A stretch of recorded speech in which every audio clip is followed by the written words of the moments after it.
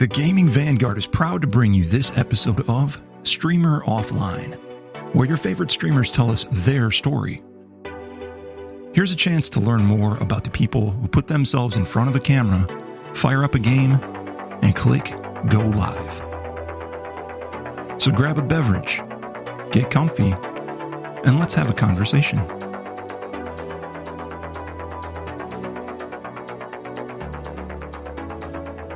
Welcome to the Gaming Vanguard podcast. I'm your host, Jeremy, and I'm here with one of my favorite streamers from Twitch, Mr. Saitosuplex. He's got about 2,700 followers on the platform, and he has some really interesting streams. One of my favorite is the wrestling streams. So if you have not yet already heard of this guy, then definitely go check him out, give him a follow, subscribe, get all the cool emotes and all that. But, welcome to the podcast, Saito. I hope you're doing well today. I appreciate it. Thank you for having me. Yeah, great to have you, man. I really, every chance I get, I like to jump into your streams and check out what you've got going on. Usually I try not to miss the wrestling streams, honestly, but sometimes life happens. But let's just jump into it, man. So who are you? Why are you a Twitch streamer? Where are you from? Like, what's your background? Well, my name is Saito Suplex. I also go by Dan. That is my actual name. I am from St. Louis, Missouri. And yeah. So Midwestern kind of, yeah, I'm familiar. I'm on the northern side of the Midwest. So, pretty normal upbringing, just the gamer by when did you first start gaming? So my first experience with gaming was my dad put me in front of a NES when I was 3 years old because I was kind of rambunctious as a kid. I ran around the house a lot. I got into stuff I wasn't supposed to.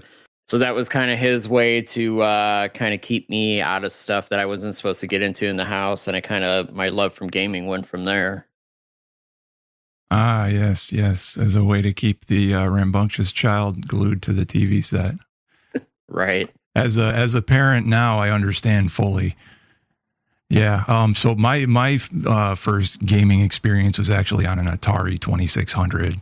I remember controlling this little square on the screen and making the square wander in and out what was supposed to be a dungeon.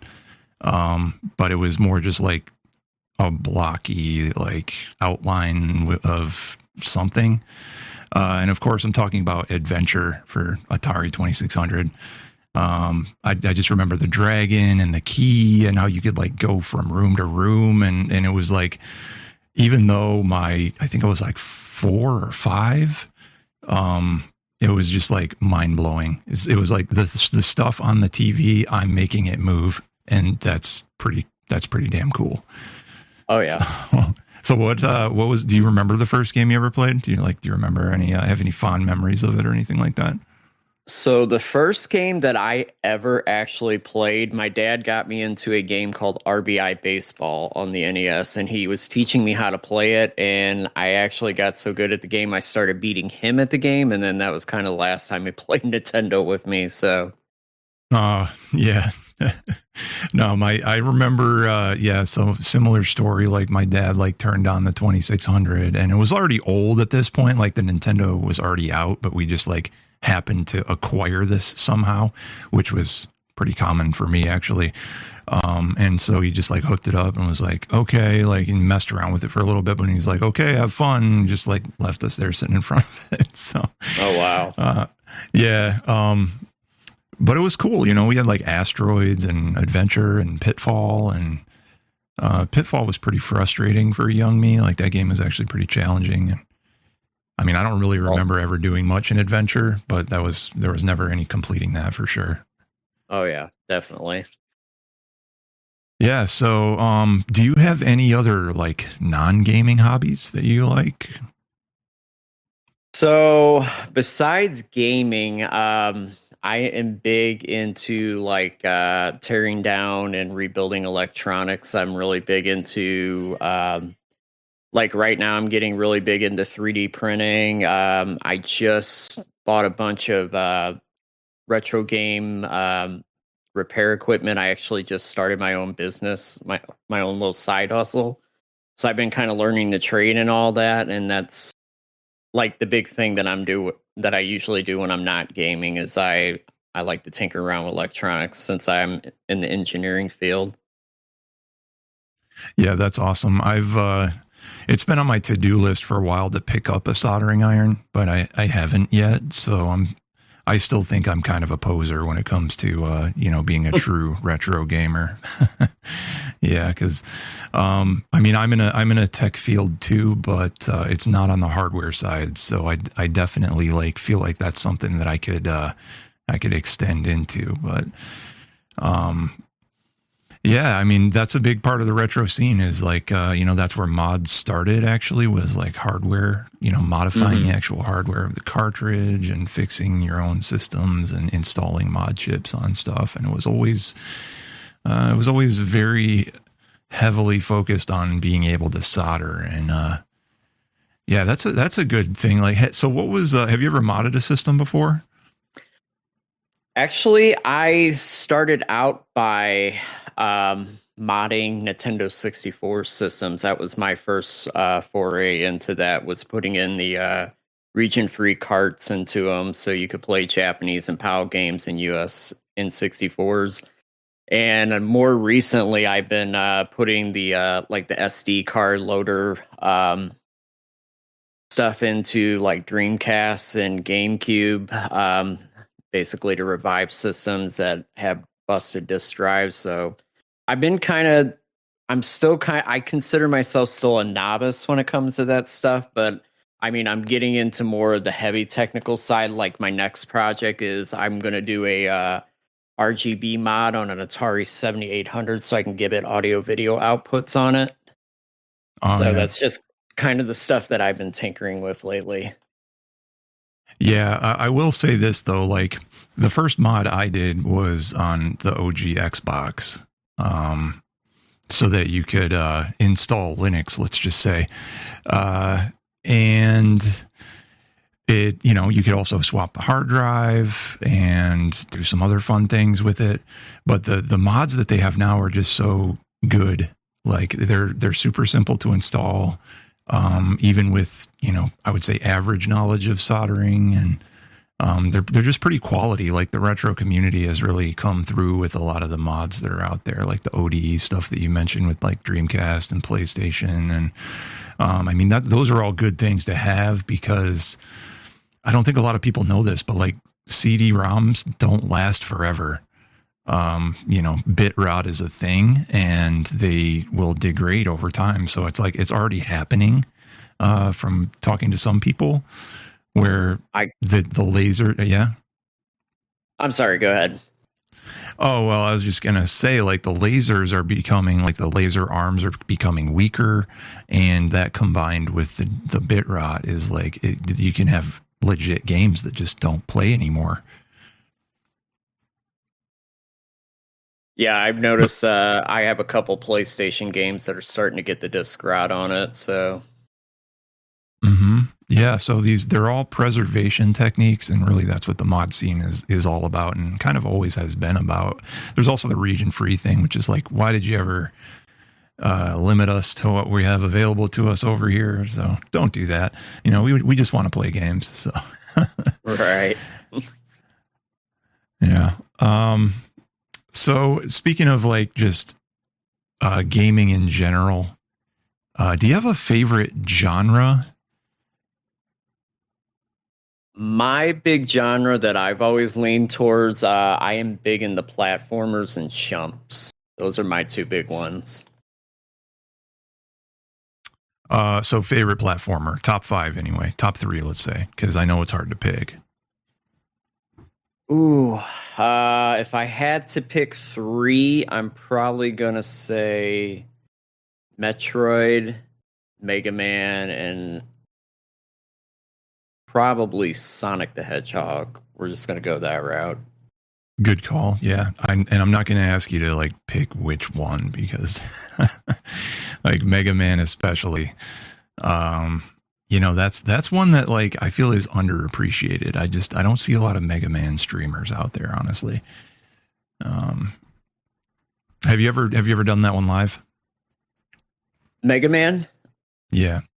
I have done a stream where I played through the first 10 games. I haven't done any of like the X and the advanced games or any like that. I've kind of stuck to like the core games.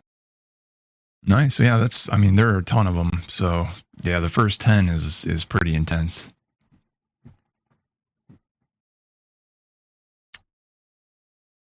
So that being said, favorites, we got that out of the way, but like, what are there any games that you just can't stand, like a genre or just a title in particular that is just like, I don't care, I won't play it, or I have played it and I will never pick it up again? I would say genre wise, I'm not really big into live service games, battle royal games. I've never been big into those personally. So like arena battle royale, like the new breed of let's say like Apex Legends and Fortnite. Yeah, I've tried to get in the Fortnite, and I don't know what it is. I just can't get into it. I know a lot of my friends are big into it. Apex, I've also tried to get into, and games like that, I don't know what it is. They just don't hold my attention for some reason. Yeah, it can. I mean, for me, it can get kind of boring. I mean, you're doing the same thing every game. You're running towards the center or wherever the circle's going to close. You're skirmishing to get there, and there's various things happening along the way. But it all kinds of the build up to the end game is, it's rewarding when you do get to the end game and you actually get a victory royale or whatever. But like, it's just, you do that a couple of times and it's like, man, I want more. I need more variety. For me, for shooters, especially with like either third person or first person shooters, I feel like map design is a lost art. And, I gotta have that. So like, I actually like, X Defiant that came out recently. And then Valorant is better than the arena shooters, but that's just my opinion. So that being said, we talked about Mega Man, huge series, many games. Are there any other big series that you're a fan of, either on stream or off stream? Probably my biggest ones. I did mention Sonic the Hedgehog earlier. Big into the Metroid games. Obviously, massive Mega Man fan. I've also am really big into the Borderlands games, especially the second one. I probably have put 600-700 hours into that game alone. Those are probably the four off the top of my head that I know for a fact that I will go out of my way to try to play every title out of those. Yeah, I want to go back and jump back in because like I started on Borderlands 1 and it was good and it did keep my attention for a little while, but I put it down and I never picked it back up. I kind of have that problem though. So what about it is the draw? Like, what keeps you coming back to that game and putting that many hours into it? I think I'm really big at, so when I play like a lot of shooter games, when I do get into shooter games, I like the fact that Borderlands, you can basically shoot your way to better loot. So I guess the thrill is when you run through the game again, trying to get better loot, better guns, better armor, stuff like that than you had when you started with the game. So that kind of brings me back in. And as far as like Borderlands 2, I know with me putting so many hours in, I beat that game, I know, on like 4 different platforms off the top of my head. And I always keep going back and doing the boss runs, trying to get a better gun, better ammo, stuff like that. And I guess that's always been the big draw with the Borderlands games to me. Yeah. So have you seen the stuff for it's like a Borderlands, is it a movie or a series that's coming out? I did see the Borderlands movie and I really did not like it, unfortunately. Oh no, that's not good to hear. But yeah, I mean, I know how it is. That's pretty common these days. They're running out of ideas to make watchable, non-playable content. Let's call it. Right. And to make it for all the non-gamers out there, so you can have fun with our franchises that we've been playing for like 10 years. Exactly. Okay, well, hey, switching gears a little bit, I want to talk about streaming because that's kind of the whole thing about this podcast and interviewing streamers is to get their take on what it takes to be a streamer. Like what's the draw, what keeps you going, what keeps you motivated. And so my first question is just, when did you start streaming? So I actually originally started streaming all the way back. I want to say 2014, 2015. It was still Justin TV at that time. So Oh, wow. it hadn't quite become Twitch yet. And I actually started with Super Mario Maker on Wii U. That was like the very first game I ever streamed. And then I took a break for a few years, and then I came back like somewhat full time in like 2020. And I started doing a lot of retro, a lot of Nintendo Switch stuff, and that's kind of what I've been doing ever since I came back. Yeah, that's awesome. Like I knew of Justin TV when it was new too, and a lot of people don't know this, but like it was IRL streams. There was like Twitter, Periscope, and Justin TV, and they were really in their infancy. And somehow gaming it evolved into like video games. There was always a gaming category on there, of course, but it was like there was everything on there. So it was a really interesting start that I just kind of watched from afar. And I will be the first to admit that I was one of those people who was like, well, that's cool that they're playing games, like live streaming them, but like who wants to watch other people play games? Like I just want to play the game. Like I don't want to watch somebody else play it. Well, shows what I know, right? But what got you interested in streaming in the first place? So my big hook on getting into streaming is I wanted to build a community of people to hang out with. I already had before I started streaming, I had like a small core of people that hung out with me while we played games. And basically I wanted people to be able to watch me and interact with me and just have a community that we could come hang out with. So I kind of consider gaming, like streaming on Twitch, I consider that like a hangout as opposed to like some people looking at it as a business. And I just made it like trying to build a community of people like me that are big into like the retro gaming community, that are big in like the engineering aspects of gaming like I am. So that was kind of my idea why I got into streaming, was more of a group hangout kind of thing. Yeah, that's valid. That's definitely a good reason to get into it. It's kind of how I got into it too. I was just like, I just want to like talk about retro games with people and hang out with people who like the same things that I like and have fun. And it's evolved into a lot of other things for different people, but at the core, it's still about community. So I've learned a lot from streaming, just in terms of like, being able to put myself in front of a camera and talk to randoms, like just random people streaming, coming in. You never know who you're going to get. Sometimes you get trolls. Sometimes you get nice, cool people. So like, what are some of the things that you've learned as a streamer?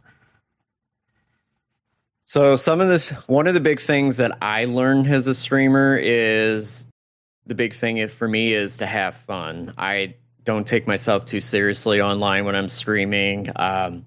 I love it when new people come into the stream, getting to know people. Basically, as I said earlier, building a community of like-minded people that enjoy some of the same games and aspects of gaming that I do. Another thing that I did learn from streaming, is not to take yourself too seriously. One big thing that I have come across that's kind of changed my mind on streaming a little bit is I noticed when I first started streaming, when I got big into it, I noticed some of the bigger streamers tend to look at streaming as a job as opposed to having fun. And that's definitely not something that I was into. My big thing with streaming is just to hang out and have fun with people and not take myself so seriously. Yeah, absolutely. And that actually kind of leads into my next question because it can be scary. I mean, especially like a lot of people probably don't know this about me because I kind of give off a different vibe when I'm in front of a mic, but I'm kind of an introvert, right? It's like this whole streaming thing was a way for me to come out of my shell a little bit. So what are some of your fears as far as getting started streaming or currently just what are the things that you worry about before you click go live, just anything like that? So I know from personal experience, one of my biggest fears when I got started is making sure that I had a good enough layout on my stream, basically graphics and all that. I wanted Yeah. my stream like to stand out from other streams. I didn't just want to have like a camera screen and then a game background. I kind of wanted to stick out from what everybody else was doing. And I guess that kind of was my biggest fear is the first time that I did actually hit the go live button was, what if nobody comes in? What if nobody likes me? Stuff like that. And that's What just if my something that I what if my mic is off for 30 minutes and nobody tells me? sadly I have had that happen. I think it's happened to all of us, actually. I mean, that was like one of my, I think it was like my second stream. And yeah, it was in OBS. I had like one scene and it was there were two sources, the game and the camera. And like, it's just looking back on it, I just kind of laugh. Yeah, I could definitely understand that. I think I've told this story before. I have over 250 different scenes in OBS because I'm always building new stuff in OBS. So it's like I have to throw all this stuff in all these different scenes, and I always think about it in the back of my head. Well, what if I didn't add the mic scene in here? What if I don't have this proper overlay? What's going on? Yeah, so that's mad. Like that's absolutely insane. And this is something that I really appreciate about your streams is that there is so much detail. There is so much dedication that is obviously visible in every scene and every overlay and like trigger that you have, and there's so much like audience interaction and cool things going on. Sometimes it's like, I don't know, dude. My ADD can't handle it sometimes because I'm just like, I want to do everything, and I'm just like, okay, like if I have your stream up and I'm trying to do something, which is like, I'm just lurking. I'm like, I'm pulled in. You've got my attention with all the crazy stuff going on. So, yeah, again, if you're listening to this and you haven't yet checked out a Saito suplex stream, like, be there for the next one. And I know you've taken a break, so now's the perfect time to jump back in and become a new viewer for him, right? So that being said, what do you think? I mean, your successes are pretty obvious, right? Like you've got like 2,700 followers. You're like I mentioned, like your stream quality is like up there in the top 1% of all streamers, in my opinion. But like, what do you think you've failed at? Is there anything? As far as what I have probably failed at, I do a really, in my opinion, not a great job of self-promoting myself. I'm kind of I keep like myself in this like little bubble of like promoting with friends and stuff. I think that's something that I need to break out of to kind of let people know, hey, I'm here and this is what I have to offer as a streamer, and that's something that Yeah. I'm definitely going to be working on this year. Yeah, well, I mean, you did mention too, like it's always been your approach to have this be like a community and friends hanging out, and it's you know it's not a promotion. Like it's a lot of the more business minded or business oriented streamers might take a completely different approach to that. So I definitely resonate with that. So that being said, were there like, you're an actual OG pioneer for streaming. So this question isn't really, I don't even know if it applies to you, but are there any streamers that you were inspired by to get started? Or is there anybody out there who are currently inspired by? So when I first started, when I started hanging around Justin.tv, when it was originally called that, that was back when I was big in the Borderlands 2. So I actually started following a lot of Borderlands 2 streamers. So I followed people like Arleezen was one of the big ones, Gafalion, he still streams today. And those were probably my first inspirations on the platform, just to see, watch them just like absolutely tear through Borderlands 2, and thousands of people watching them and interacting with them. And I just kept watching them day in and day out. And I just kept thinking to myself, hey, maybe I can do this too. And it kind of evolved from there. And eventually I got the courage to actually build my own stream setup from their inspiration and kind of go from there. Yeah, cool. I've not heard of them. Are they still streaming, or have they hung up the gloves? I know Gafalion still streams. I don't know if Arleezen still streams. I haven't seen him online in so long. Yeah, I know it's like there's a heavy burnout factor in streaming too. So it's always interesting to see somebody who's been at it for so long. So kudos again for that. So what do you feel is the most important thing that you can strive for? I know you did mention the community aspect is huge, right? But is there anything else that you're striving to do as a streamer? I know from personal experience, the big thing that I strive for is to keep improving my stream and keep improving the quality of my stream and everything that I offer. When I started out streaming, I was pretty much like everybody else. I had a game background, I had a camera, and I had like the most basic channel points. And as I've gotten more into the software side of things, I built my own chat bot. I've been building my own alerts. I've been building interactive games with my community, and I basically turned my stream into like a full-fledged interactive stream. So I'm always trying to strive to see what other things that I can come up with and build, and then other things that I could do to offer to Twitch. Like I'm actually in the process of writing my first plugins for OBS Studio that I'm actually going to submit later this year. So That's awesome. Yeah. So I was thinking this earlier, right? And I think you have a solid use case for a feature request to OBS with 250 scenes. You're getting up there into version control land when it comes to software development.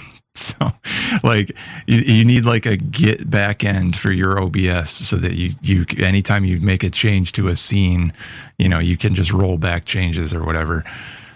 I think they're going to need that for you specifically. Oh yeah. So what do you think the most challenging part of being a streamer is? I think personally, the most challenging part of being a streamer is sticking to a steady schedule. I know from my personal experience and a lot of streamers that I follow, it is almost impossible to stick to the same schedule every week. There's just too many different aspects that you come across in life. And you have to change things on the fly, and you basically got to kind of roll with the punches. And deal with things that come out of left field, and sometimes you just can't stick to a schedule because of things that are going on in life. That I think personally, that's the most challenging part of anybody being a streamer, is having like a set Monday through Friday schedule. Yeah, definitely. Keeping a schedule is easily the hardest thing for me personally, and I hear that for a lot of streamers. So, what keeps you going though? What makes you like keep to that schedule and have the discipline to show up? It would be for me, my community, because as I tell them all the time when they're hanging out and stream with me, if you guys didn't come in my stream and hang out with me and game with me, I'd have no reason to hit that go live button. So without the people that come in there every stream and hang out and interact with me, I would honestly have no reason to keep myself going in that aspect. Yep, I feel that when I do jump into a live stream with you, it's very like, hey, welcome back in. Like it's always good to see you. And there's a strong community there. So congratulations on building that. Thank you. So, what do you think is a misconception about being a streamer? I think a big misconception, and I'm going to kind of go back to a point that I said earlier. I think a lot of people, when they start out streaming, I know a couple people personally that have went through this. Some people want to jump into streaming and they look at it as like a 9-to-5 job. And I think that's the wrong approach for it. I think when you get into streaming, the first thing you need to worry about is building your brand, building your community. And then if you get to that point where you can turn it into a 9-to-5 job, I think you should pursue it from there. Yeah. It's hard to explain to folks who just like only see the success in the big streamers, especially if you're not really I don't want to say like a true gamer, but like a hardcore gamer, or somebody who's been aware of streaming for a while. Like I know a lot of people became aware of video game streaming in lockdown in 2020.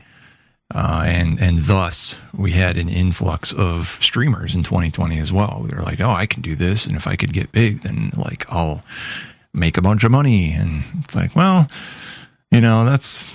you could, but it's very unlikely. And also that probably shouldn't be your main goal right out of the gate. So I agree with you there. So if there's one thing that you could change about, I don't know how to say this, but there's a streamer lifestyle, right? And it goes back to that balance of maintaining a schedule, having an actual life, and then the fact that like there's big streamers out there who just are live all the time. And that's how they got big, is that they were early on. They were just like, you're just on the camera, like playing a game the whole time. So if there was one thing you could change about, let's call it the streamer lifestyle, what would it be? If I could change one thing, I would change, I would want to change schedules. Do you think it's is it that you want to go live more or less, or you just want to be able to do it whenever you want and not have like a fixed schedule and just be flexible, or like what's the... I think it's kind of a combination of both. I would love more than anything to be able to go live than I do. Just with running a business and working a full-time job, it's kind of makes that hard to be able to have that. I wish I could be more flexible with my schedule. It's just I have such a limited schedule right now with everything that I have going on in life. That's really the big thing that I wish that I could change about my lifestyle, is how my schedule is laid out. I think that would definitely be the big one for me. Yeah. I wish Twitch would make it easier too for you to just like do the random go lives, because there'll be times when I just want to get like one game in I want to get or two competitive League of Legends games, right? Like, and then I want to stream it, but like, I don't want to annoy my followers either. Like, just by going live randomly and being like, hey, it is what it is. I'm only going to be on here for an hour or two, you know. And it's like, there's with TikTok coming out with their live streaming, you see a lot more of that, like the impromptu, just, hey, I'm live and here's what's going on type of a thing. But maybe we'll get there. I don't know. The culture of Twitch is very schedule heavy, though. I will say that. I agree with that. Yeah. So if part of the scheduling thing is like, you can kind of sometimes feel like you're in a rut. So what do you do when you're feeling like that? What do you do when you feel like you've hit a plateau? Normally what I will do is I will kind of take a look at things that I'm doing on my stream and kind of see what may be working, what's not working, anything that I could change, maybe change the layout a bit, be a little more visually pleasing for people that come in. I know personally, a big thing that I came across is there was a point like the last year and a half, like anytime that a big new game release, I would run out and get the new game and try to stream it. And I noticed that a lot more people were coming in during the retro gaming streams as opposed to newer gaming streams. So I kind of backed off of that and I went more into the retro game show type of streams. So I've kind of backed off of like streaming all the new stuff, as it seems like to me that's what everybody does when the big new games come out. All the streamers run out and get the new game and stream it like right away. So I've kind of backed away from that, and that was like the big things I noticed when I was starting to plateau on the platform. Yeah. I mean, so yeah, there's that. But I honestly, like that when I see a new game come out, and I jump to Twitch to like check it out, I definitely want to see like the person I know playing it and not some like random person. But it's often hard to just like carve out time to jump into a stream and hope that the person that I know is live playing it, which is kind of a slim chance anyway, depending on what kind of game it is or whatever. So that's kind of a challenge. I don't know. It seems to be like a culture on Twitch of like doing that, like grabbing the latest game and running through it as quick as possible.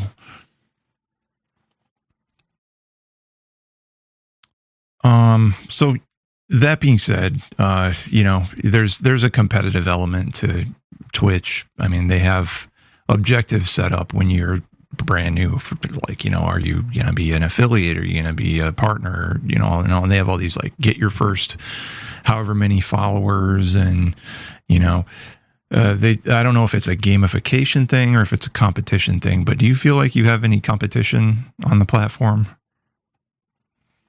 I don't personally feel like I have any competition on the platform.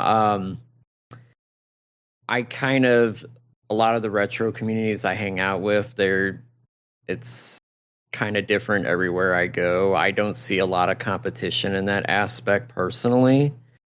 If anything, the only thing that I would see that I could potentially see myself having competition in is basically I'm always trying to compete with myself to add more and more stuff to my stream. So if I go into like another stream and I see another really interactive stream where they got a lot of stuff going on like I do, I kind of evaluate their stream and I kind of look over what they're doing, and then I kind of look at my stream and I look at all my 5 billion scenes that I get built in mine. I'm like, what can I add? What can I change? Do I need to delete this? Do we need to change this? And yeah, mm-hmm. it could definitely be a competition per se.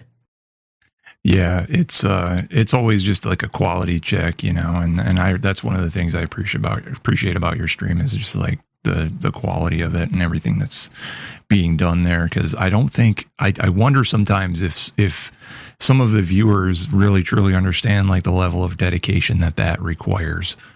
And then you go into like a big streamer stream, and they literally do have the 2009 like game scene or source and the camera source, and then that's all they're doing.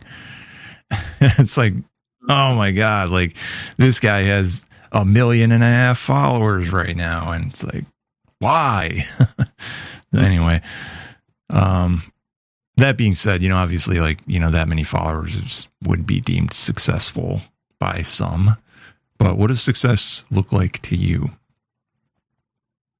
Success to me is having a very tight-knitted community. Because without the community, you don't have viewers. Without the viewers, you don't have support. And without the support, why make content? That's kind of how I look at it. Absolutely. All right. Well, we covered all the bases about being a streamer, the fortitude that it takes, the skill that it requires. You have a very unique skill set, obviously, with your the technical and creativity that's going on in your stream.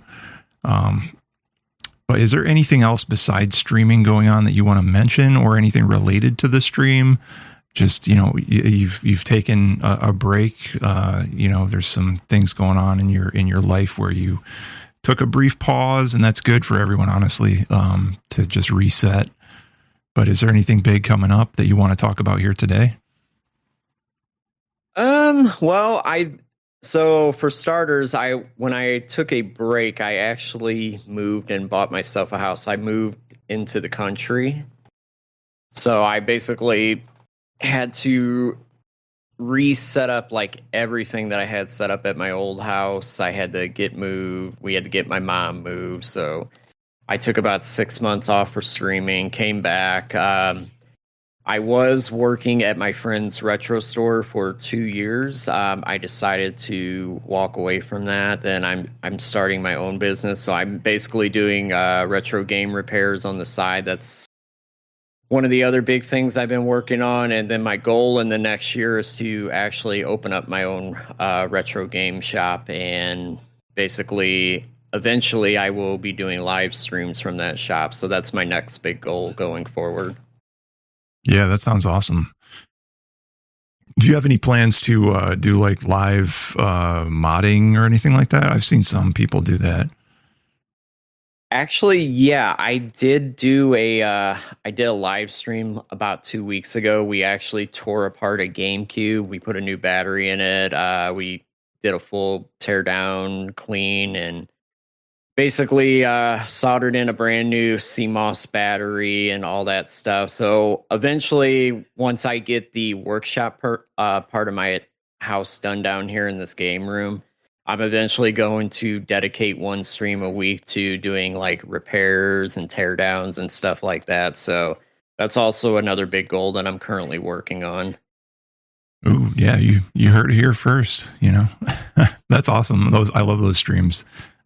Especially if you can, and I know you will, because you have the skill to do this, but to like make it really quality, and get the right camera angles and all that fun stuff. So I'm really looking forward to that. I'll definitely tune in. So Saito, thank you for joining me here on the Gaming Vanguard podcast. And, I'm looking forward to your next couple of streams here very soon. I just want to say again, greatly appreciate your stream, your community, and thanks again for coming on. I appreciate it. Thank you for having me. I really enjoyed our talk today. Cool. All right. And for everybody else out there listening, remember, go check out saitosuplex on Twitch and give him a follow if you like what you see. So until next time, be good to yourselves and each other. This is the Gaming Vanguard podcast. Peace.